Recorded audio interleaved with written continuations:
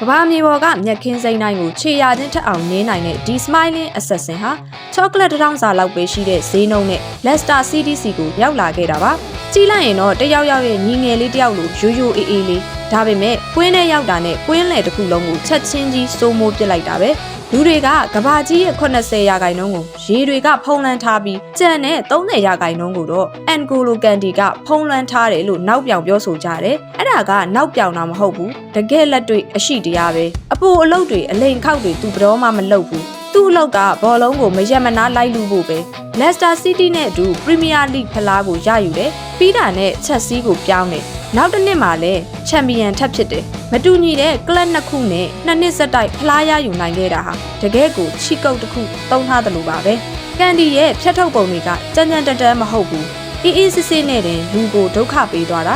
ဘောလုံးကိုအသာလေးရက်ထုတ်သွားပြီးဘာမှမဖြစ်တယ်လို့မျိုးပြေးထွက်သွားတာသူဖြည့်စော့ပေးတဲ့နေရာတွေကများလွန်းလို့ဒါဟာတရားမျှတမှုမရှိဘူးလို့တောင်ထင်ရတယ်ဥပတ်တွေတက်သွားရင်ကန်ဒီရှိတယ်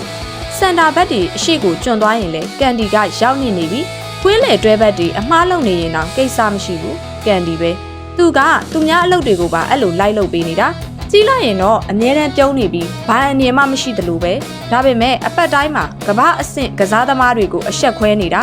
ဂိုးသွင်းမှုဒါမှမဟုတ်ကြော်ကြားဖို့သူစိတ်ဝင်စားဘူးသူ့စိတ်ထဲမှာပြိုင်ဘက်ရဲ့ဘောလုံးကိုကြားပြက်လူဖို့ဖြတ်ထုတ်ဖို့နဲ့အသင်းမော်တွေရဲ့တာဝန်ကိုဝိုင်းကူထမ်းပေးဖို့ပဲရှိတယ်ပြိုင်ဘက်တွေကတော့သူ့ကိုမုန်းကြတာပေါ့ဘာလို့လဲဆိုတော့သူကဘတော်မှမောတယ်လို့မရှိပဲတကွင်းလုံးကိုလိုက်ဆော့နေလို့ဒါပေမဲ့ပရိသတ်တွေကတော့သူ့ကိုချစ်ကြတယ်ဘာလို့လဲဆိုတော့သူကဘတော်မှညှဉ်းညူခြင်းမရှိလို့ပဲသူကတော့အန်ဂိုလိုကန်တီပါအရွယ်စားကတော့တေးသေးလေးဒါပေမဲ့အဆုပ်အားကတော့ကြီးမားပြီးသူရှိနေတဲ့ကွင်းလေကိုဖြတ်ကျော်ဖို့ဆိုတာမဖြစ်နိုင်တဲ့လောက်ကိုခက်ခဲပါတယ်